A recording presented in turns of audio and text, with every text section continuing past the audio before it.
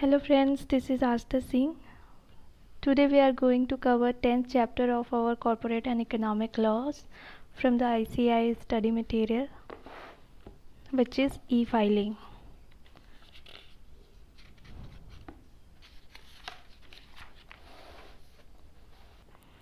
Introduction. The MCA 21 e-governance project is one of the mission mode projects of the Government of India under the National E-Governance Plan. National e governance plan में government of India के कुछ projects हैं, उनमें से एक है MCA 21 e governance project. It is developed to provide easy and secured online services through the use of IT to various stakeholders. Various stakeholders को IT के द्वारा easy and secured online services provide करने के लिए इसको बनाया गया है. Easy and secured online services through the use of IT.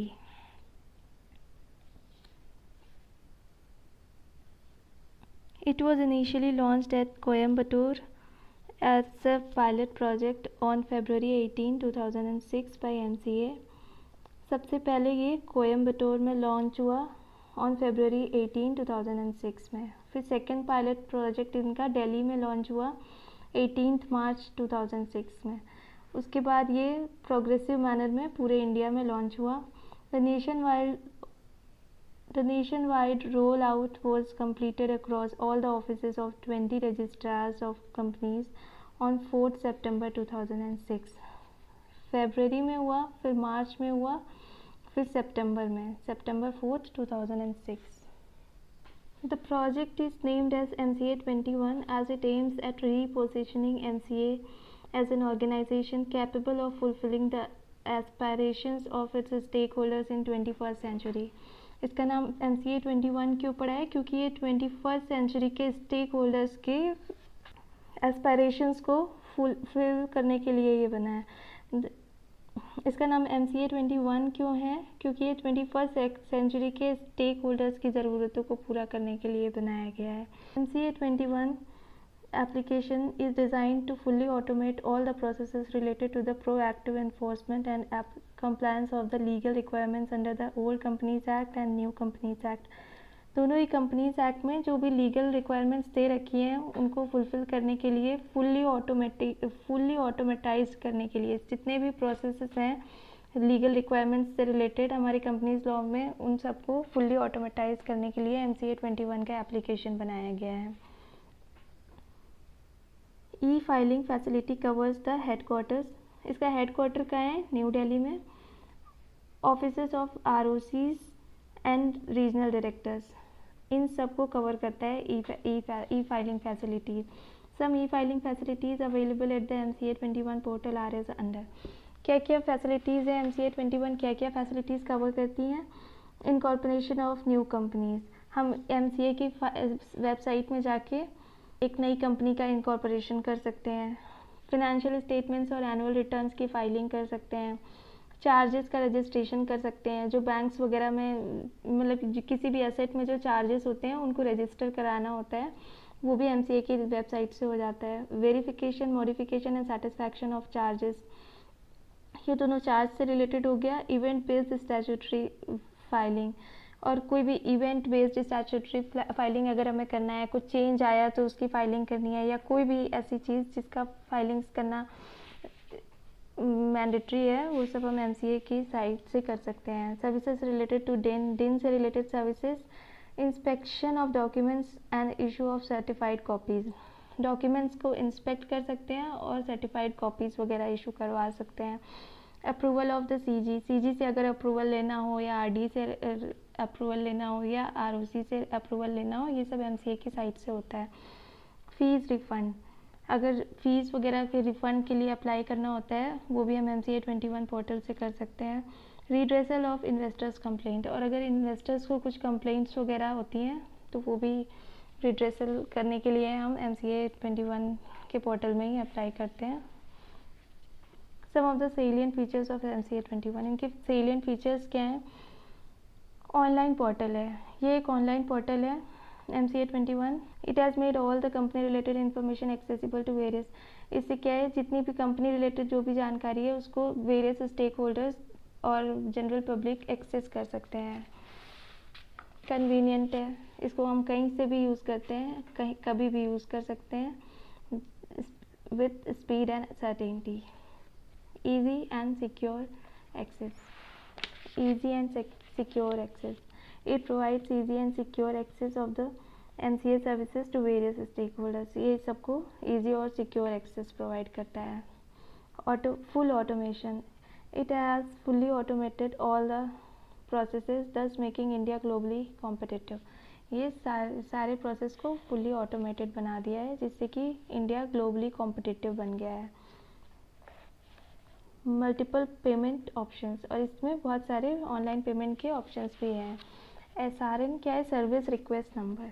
SRN का ये क्या होता है? Service request number which enables the stakeholders to track their service request, जिससे कि जिन्होंने भी कोई भी सर्विस के लिए रिक्वेस्ट किया है वो उसको ट्रैक कर सकते हैं कि अभी हमारी एप्लीकेशन में क्या हो रहा है, अभी प्रोसेस में है, एक्सेप्ट हुई कि नहीं, एक्सेप्ट होने के बाद उसमें क्या चल रहा है।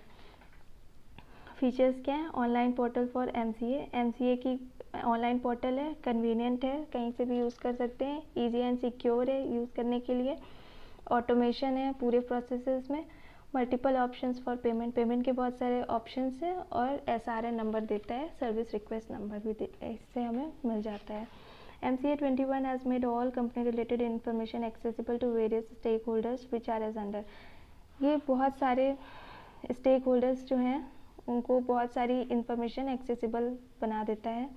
स्टेक होल्डर्स कौन कौन है? बिजनेसेस। जो बिजनेसेस हैं उनको क्या बेनिफिट है? वो कोई भी अपनी कंपनी को रजिस्टर कर सकते हैं और स्टैट्यूटरी डॉक्यूमेंट्स को फाइल कर सकते हैं क्विकली और ईजिली। रजिस्टर है कंपनी और स्टैट्यूटरी डॉक्यूमेंट्स की फाइलिंग्स। पब्लिक क्या कर सकती है? वो किसी भी रेलेवेंट रिकॉर्ड्स या डॉक्यूमेंट्स को इजीली एक्सेस कर सकती है और अपने ग्रीवेंसेस को रिड्रेसल करवा सकती है। प्रोफेशनल्स क्या कर सकते हैं? जो CA, CS, CMA ये सब, एडवोकेट्स, ये सब एफिशिएंट सर्विसेज प्रोवाइड कर सकते हैं। MCA की पोर्टल्स में जाके रिक्वायर्ड इंफॉर्मेशन को एक्सेस करके उसमें कोई भी सर्विसेज वगैरह प्रोवाइड करवा सकते हैं। Financial institutions, various financial institutions like banks, NBFCs etc. ये सब क्या है?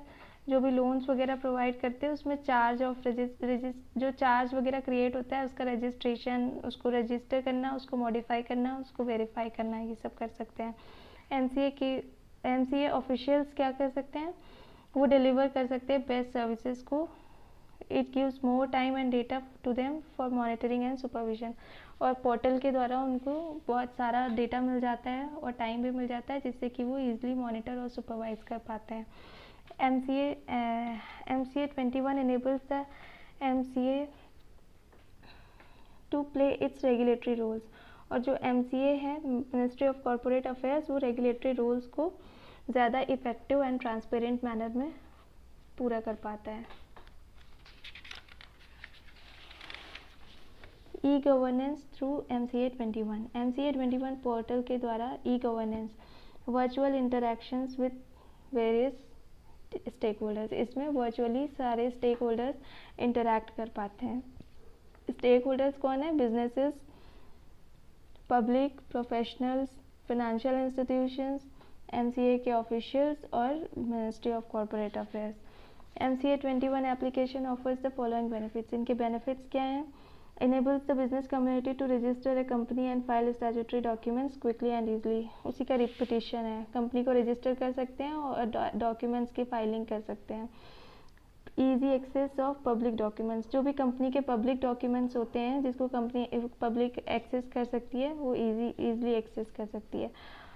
Helps faster and effective resolution of public grievances, public grievances को जल्दी और इफेक्टिवली रिजॉल्व किया जा सकता है। Helps registration and verification of charges easy, इसको रजिस्टर और वेरीफाई करते हैं चार्जेस वगैरह को फाइनेंशियल इंस्टीट्यूशंस के लिए। Ensures proactive and effective compliance with relevant laws and corporate governance, proactive और इफेक्टिव कंप्लायंस रेलिवेंट लॉज और कॉर्पोरेट गवर्नेंस का हो पाता है इससे। एमसीए के एम्प्लॉयज़ जो हैं वो अच्छी बेस्ट सर्विसेज प्रोवाइड करवा पाते हैं। It is noteworthy that the concept of e-governance has been given statutory recognition through Section 398 and 400 to 402 of the Companies Act, read with Rule 7, Rule 8 of the Companies Act. जो e-governance से related concepts हैं वो section 398 में है, 400, 401, 402 में है, और rule 7, rule 8 of companies registration office and office rules registration offices and fees rule 2014 में दिया हुआ है। Provisions relating to filing of applications, documents, inspection etcetera in electronic form. Electronic form में जो भी डॉक्यूमेंट्स हैं या इंस्पेक्शन वगैरह है उनसे रिलेटेड क्या प्रोविजंस दे रखे हैं। Section 398 of the companies act relates to making of rules by the central government for enabling e-filing of various forms। Section 398 में दे रखा है सीजी कैसे ई-फाइलिंग को के लिए रूल्स बनाती है। Subsection 1 states that notwithstanding anything in the contrary contained in this act and without prejudice to the provisions contained in section 6 of the IT Act 2000, the CG may make rules so as to require from such date as may be prescribed in the rules that central government ऐसे rules बना सकती है जिसमें क्या दिया हो, such applications, balance sheet, prospectus, returns, declarations, memorandum, article, particulars of charges or any other particulars or documents as may be required to be filed or delivered under this act or the rules made thereunder shall be filed in the electronic forms and authenticated in such manner as may be prescribed. Such document, notice and communication or intimation as may be required to be served or delivered under this act in the electronic form and authenticated in such manner as may be prescribed। और ये such applications, balance sheet, prospectus, returns, register, memorandum, articles, particulars of charges or any other particulars or documents and return filed under this act or rules made thereunder shall be maintained by the registrar in the electronic form। Such inspection of the memorandum, articles, registers, index, balance sheet, returns or any other particulars or documents maintained in the electronic form as is otherwise available for inspection under this act or the rules made thereunder may be made by any person through the electronic form in such manner as may be prescribed। inspection may be made by any person through the electronic form in such manner as may be prescribed। inspection भी electronic form में हो सकती है। Such fees, charges or other sums payable under this act or the rules made thereunder shall be paid through the electronic form and in such manner as may be prescribed। Registrar shall register change of registered office, alteration of memorandum of articles or articles, issue certificate of incorporation, register such documents, issue such certificate, record the notice, receive such communication as may be required to be registered or issued or recorded or received as the case may be under this act or the rules made thereunder or perform duties or discharge function or exercise powers under this act or the rules made thereunder। perform करना उनकी duties या discharge functions और exercise powers under this act, ये सब चीज़ें करें। or do any act which is by this act directed to be performed or discharged or exercised or done by the registrar in the electronic form, वो सारी चीज़ें electronic form में हो सकती हैं as may be prescribed in the manner as may be prescribed.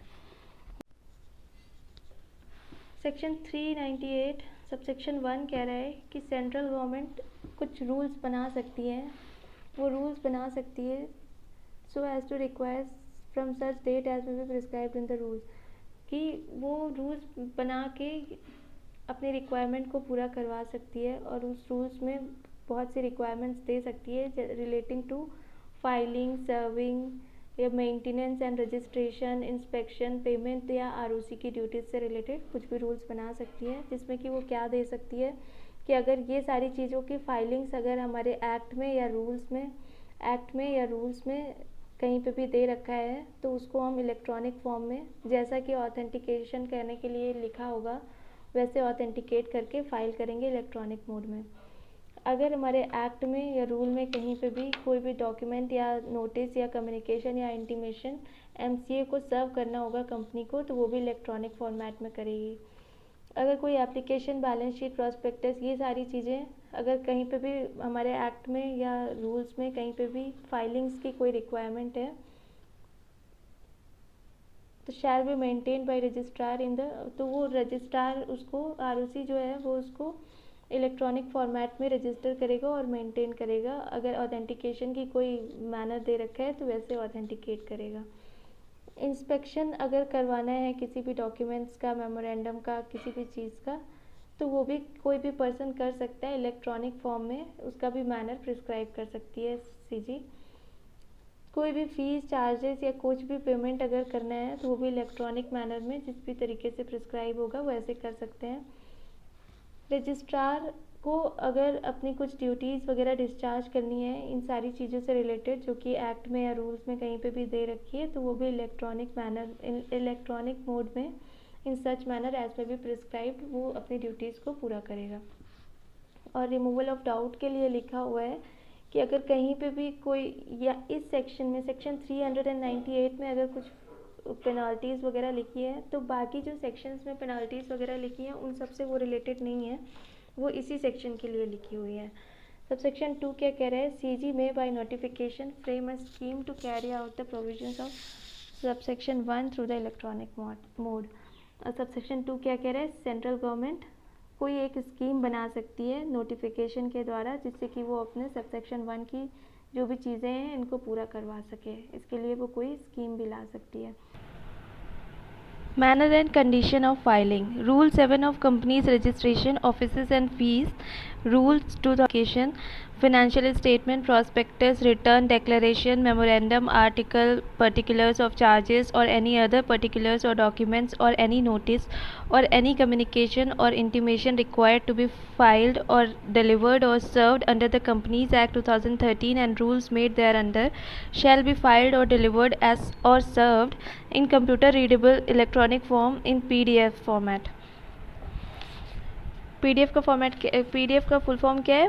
Portable document format. और in such other format as has been specified in any rule or form in respect of such application or form or document or declaration to the registrar through the portal maintained by the CG on its website or through any other website notified by the CG. तो rule 7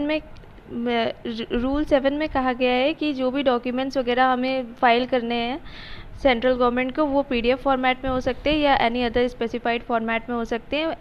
MCA की portal के द्वारा file किया जा सकता है या कोई भी साइट जहाँ पे गवर्नमेंट ने स्पेसिफाई कर रखा हो। In case the documents are required to be filed on non-judicial stamp paper, the company shall submit such documents in a physical form in addition to their submission in electronic form. अगर stamp paper में कोई document file करना है तो फिर उसको company को physical format में भेजना पड़ेगा इलेक्ट्रॉनिक फॉर्म के साथ साथ। Proof of delivery of documents submitted in physical form shall be scanned and form part of attachment to the e-form. और जब हम उसको फिज़िकल फॉर्मेट में भेजेंगे तो उसका जो हमें रिसीट मिलेगा उसको प्रूफ ऑफ डिलीवरी कहते हैं, उसको हम अटैचमेंट की तरह इलेक्ट्रॉनिक फॉर्म में उसको भी अटैचमेंट की तरह भेजेंगे।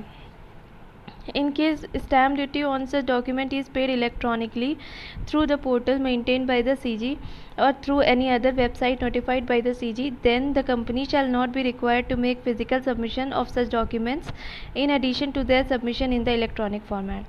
और अगर स्टैम्प ड्यूटी इलेक्ट्रॉनिकली हम पोर्टल के द्वारा पे कर रहे हैं तो फिर गवर्नमेंट के पोर्टल के द्वारा पे कर रहे हैं तो फिर हमको उसका फिज़िकली हमको फॉर्म को भेजने की ज़रूरत नहीं है। Further, it is provided that in respect of certain documents filed under the Act which are not covered for payment of stamp duty through the portal of the CG, The stamp duty payable on such document in the respective state is equal to or less than 100 rupees. The company shall scan such stamped document completed in all respects and shall file electronically for evidencing by the registrar, and shall not be required to submit such documents except those which are required to be filed for compounding of offences, adjudication of penalties, or applications to CG और RD in the physical form separately.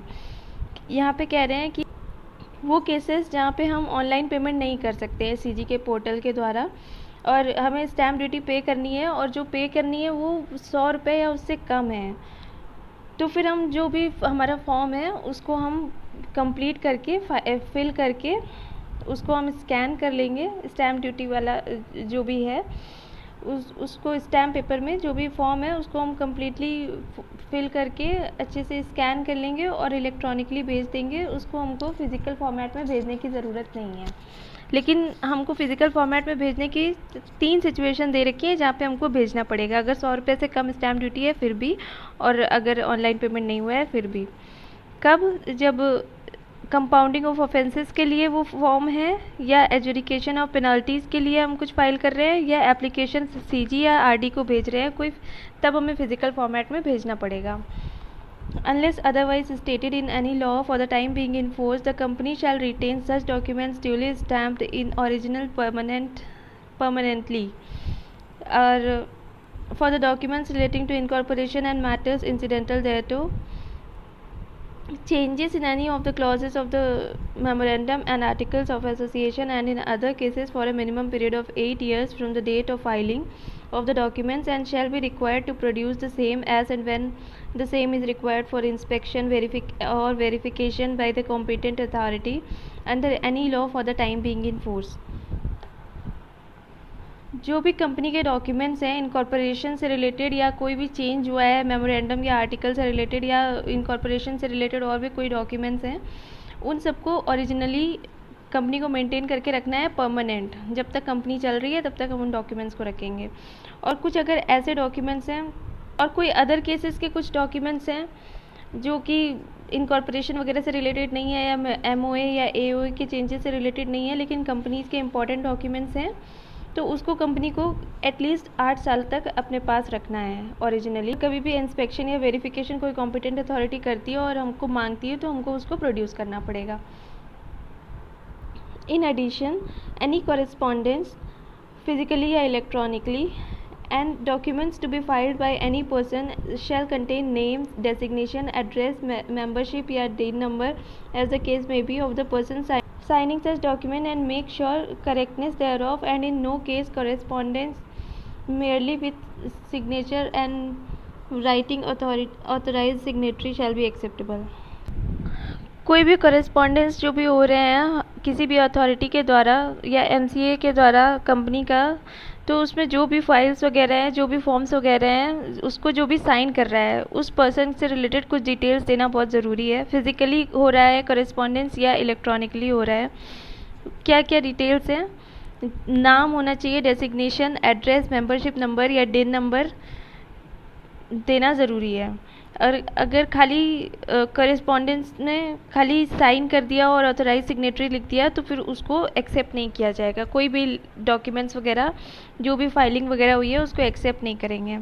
It is also provided that no request for recording any event based information or changes shall be accepted by the registrar from such defaulting companies unless they file their updated balance sheet and P&L and annual return to the registrar of companies, except उसके लिए भी कुछ 6 points दे रखे हैं।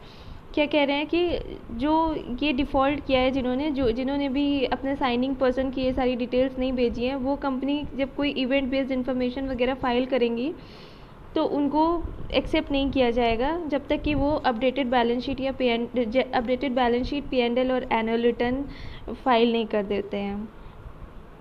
और लेकिन इसको accept कर भी सकते हैं, कब कर सकते हैं, जब कोई filing of order of court और अदर अथॉरिटीज़, अगर कोई कोर्ट का ऑर्डर या कोई अदर अथॉरिटीज़ का ऑर्डर आया है कंपनी के लिए तो उसको फाइल कर रहे हैं तो वो तो एक्सेप्ट कर लेगी। बैलेंस शीट या PL फाइल कर रहे हैं तो एक्सेप्ट हो जाएगा। कंपाउंडिंग एप्लीकेशन, अगर कंपाउंडिंग ऑफ ऑफेंस से रिलेटेड कोई एप्लीकेशन है तो वो फाइल हो जाएगा।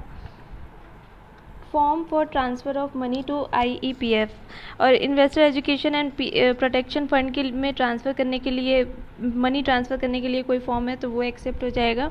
Application for removal of the auditor, auditor को हटाने के लिए कोई एप्लीकेशन है तो वो एक्सेप्ट हो जाएगा। GNL 1 for making company active, और कोई डोरमेंट कंपनी थी अब एक्टिव करने के लिए उसको एप्लीकेशन दे रहे हैं GNL 1, वो एक्सेप्ट हो जाएगा। ये 6 केसेस है जहाँ पे एक्सेप्ट हो जाएगा। अदरवाइज़ हमको और कोई केस होगा, कोई भी इवेंट बेस्ड इन्फॉर्मेशन या चेंजेस वगैरह होगा, उसको रजिस्ट्रार उसको एक्सेप्ट नहीं करेगा जब तक कि defaulting company updated balance sheet, P&L और एनुअल रिपोर्ट फाइल नहीं कर देते हैं। ऑथेंटिकेशन ऑफ डॉक्यूमेंट्स को ऑथेंटिकेशन कराना पड़ेगा। ये किस में दे रखा है? रूल नंबर 8 में ऑथेंटिकेशन से रिलेटेड दे रखा है। इसमें कह रहा है इलेक्ट्रॉनिक फॉर्म्स जो भी हैं उनको shall be authenticated by authorise signatory using digital signature. Authentication कैसे कराते हैं? डिजिटल सिग्नेचर से फॉर्म्स वगैरह को ऑथेंटिकेट कराते हैं, ऑथराइज सिग्नेटरीज उसको ऑथेंटिकेट करते हैं। Where there is any change in directors or secretaries, the form relating to appointment of such directors or secretaries has to be filed by a continuing director or the secretary of the company. अगर directors या secretaries में कोई change हो रहे हैं तो जो appointment से रिलेटेड डॉक्यूमेंट्स फॉर्म्स वगैरह हैं उनको कोई भी कंटिन्यूइंग डायरेक्टर या सेक्रेटरी फाइल कर सकते हैं। The authorise signatory and the professional if any who certify electronic form shall be responsible for the correctness of the content of e form and correctness of the enclosures attached with the electronic form. जो भी file कर रहे हैं, जो भी authorise signatories हैं और professionals हैं, वो रिस्पॉन्सिबल होंगे कि वो जो भी फाइल कर रहे हैं वो इलेक्ट्रॉनिक फॉर्म करेक्ट होना चाहिए और उसमें जो इनक्लोजर्स अटैच किए गए हैं, जो अटैचमेंट्स हैं, वो सब भी सही होने चाहिए। Every person authorized for authentication of E-form documents or applications etc. which are required to be filed or delivered under the Act or rules made thereunder shall obtain a DSC from the certifying authority for the purpose of such authentication, and such certificate shall not be valid unless it is of Class 2 or Class 3 specification under the IT Act 2000। कोई भी जो भी person है जिनको कि authenticate करना है electronic form document या एप्लीकेशन को, उनके पास DSC होना ज़रूरी है। वो DSC से ही ऑथेंटिकेट करते हैं और DSC जो होती है वो उसको 2nd क्लास या 3rd क्लास की DSC होना चाहिए जो कि स्पेसिफाइड है IT Act 2000 में। Electronic forms required to be filed under the Act or the rules thereunder shall be authenticated on behalf of the company by the MD, Director, Secretary of the company or other KMP। MD, Director, Company Secretary या other KMPs उसको authenticate कर सकते हैं। Scan image of documents shall be of original signed documents relevant to the electronic form or forms, and the scanned document image shall not be left blank without bearing the actual signature of the authorized person। जो scan documents हम upload करते हैं electronic form में वो originally signed documents होने चाहिए, original documents होने चाहिए और प्रॉपर्ली साइंड होने चाहिए। साइन की जगह को लेफ्ट ब्लैंक नहीं छोड़ सकते हैं without bearing the actual signature of authorise person, और जो ऑथराइज पर्सन है उसके भी सिग्नेचर होना बहुत ज़रूरी है। It shall be the sole responsibility of the person who is signing the form and professional who is certifying the form to ensure that all the required attachments relevant to the form have been attached completely and legibly as per the provisions of the act। जो भी sign कर रहा है और जो भी certify कर रहा है, इन दोनों की रिस्पॉन्सिबिलिटी उनकी सोल रिस्पॉन्सिबिलिटी है कि जो भी चीज़ें अटैचमेंट रिक्वायर्ड थे वो सारे उसमें अटैच्ड होने चाहिए कम्प्लीटली और लेजिबली, जैसा कि एक्ट में दिया हुआ है या रूल्स में दे रखा है। मतलब अटैचमेंट्स प्रॉपरली होना ज़रूरी है। द डॉक्यूमेंट्स और फॉर्म्स और applications filed may contain a power of attorney issued to an advocate, CA, CMA या CS who is in whole time practice and to any other person as supported by board resolution to make representation to the registering or approving authority, failing which a director or KMP can make a representation for such authority। जो भी director KMP वगैरह हैं वो लोग किसी advocate को, CA को, cost accountant को या कंपनी सेक्रेटरी को जो कि होल टाइम प्रैक्टिस में हैं उनको ऑथराइज़ कर सकती है अपने बिहाफ में रिप्रेजेंट करने के लिए, और उसके लिए एक बोर्ड रेजोल्यूशन होना ज़रूरी है। बोर्ड रेजोल्यूशन से कंपनी किसी को ऑथराइज़ करती है अपने आप को रिप्रेजेंट करने के लिए किसी भी अथॉरिटी के सामने। और अगर नहीं, कोई पावर ऑफ अटॉर्नी नहीं है, आपने किसी और को ऑथराइज़ नहीं किया है, तो फिर डायरेक्टर्स या KMPs खुद से जाकर रिप्रेजेंट कर सकते हैं अथॉरिटीज़ के सामने। Where any instance of filing documents, application or returns etc. containing a false or misleading information or omission of material facts requiring action under section 448 or 449 is observed, the company shall be liable under section 448 and 449 of the act. अगर किसी ने गलत या misleading information या omission of material facts वगैरह किए हैं तो वो 448 और 449 के अंदर liable होंगे। Without prejudice to any other liability in case of certification of any form, document, application or return under the act containing wrong or false or misleading information or omission of material facts or attachment by the person, DSC shall be deactivated by the CG till the final decision is taken in this regard. अगर किसी ने ये सारी चीज़ें करी हैं, किसी ने फॉल्स या रॉन्ग डॉक्यूमेंट्स भेजा है या मिसलीडिंग इन्फॉर्मेशन दी है या कुछ छुपाया है, मटेरियल फैक्ट या अटैचमेंट्स वगैरह नहीं दिए हैं, तो CG क्या करेगी, उसका DSC को डीएक्टिवेट कर देगी जब तक कोई फाइनल डिसीजन नहीं आ जाता। The CG shall set up and maintain for filing of electronic forms, documents and applications and for viewing and inspection of documents in the electronic registry or for obtaining certified copies thereof, a website or portal to provide access to the electronic registry and as many registrars facilitation offices as may be necessary and at such places and for such time as the CG may किसी भी filing मतलब कोई भी electronic form, document या application की filing के लिए CG setup कर सकती है और मेंटेन कर सकती है कोई भी वेबसाइट या पोर्टल जिससे कि वो इलेक्ट्रॉनिक रजिस्ट्री वगैरह को एक्सेस प्रोवाइड करवा सके, और वो कोई भी रजिस्ट्रार फैसिलिटेशन ऑफिसर्स को भी RFOs होते हैं, इसको भी सेटअप करवा सकती है जब तक CG को लगता है for such time as may भी। FROs क्या होते हैं, ये जैसे सुविधा केंद्र होते हैं, जैसे सुविधा केंद्र होते हैं वैसे ही ये भी होते थे, अब उतना नहीं होते हैं। यहाँ पे जाके कोई भी अपना MCA पोर्टल से रिलेटेड कोई भी सर्विसेज का काम वहाँ पे करवा सकता है easily. The following E-forms filed by companies other than OPC and small companies under sub-rule 1 of Rule 9 shall be pre-certified by a CA, CS or as the case may be cost accountant in whole time practice, namely ये सारे forms they रखे, कुछ forms they रखे जिनको कि pre certified करना पड़ेगा किसी भी CA, CS या CMA से जो कि होल टाइम प्रैक्टिस में हो। सारे फॉर्म्स आप लोग एक बार रेफर कर लेना। The following E-forms filed by companies other than OPC and small companies, और यहाँ पे कंपनीज OPC और स्मॉल कंपनी को एक्सक्लूड किया हुआ है, यहाँ पे भी एक्सक्लूड किया हो गया है। यहाँ पे फॉर्म्स दे रखे हैं जिनको प्री सर्टिफाइड करना होता है, और यहाँ पे दे रखे है किस तरीके से मैनर दे रखा है। GNL 1 optional pre-certification by the chartered accountant or the company secretary or as the case may be cost accountant in whole time practice, यहाँ पे ऑप्शनल है pre certification. TPT 3 certification by auditors of the company, यहाँ पे auditor से certify कराना है। Certification by auditors of the company, यहाँ पे ऑडिटर से सर्टिफिकेशन लेना है। MGT 10 यहाँ पे certification by company secretary in whole time practice, यहाँ पे CS से करना है, यहाँ पे CA से करना है। AOC 4 certification by CA, CS या CMA in cost accountant in whole time practice, यहाँ पे तीनों में से किसी से भी करवा सकते हैं। E-form DIR 3 shall be filed along with attestation of photograph, identification proof and proof of residence of the applicant by the chartered accountant, company secretary और as the case में भी cost accountant in holder। DIR 3 का जो electronic form है उसको किससे attest कराना है, CA, CS या CMA से जो कि होल टाइम प्रैक्टिस में है। क्या चीज़ अटेस्ट करानी है, फोटोग्राफ, ID प्रूफ और रेजिडेंशियल एड्रेस का प्रूफ।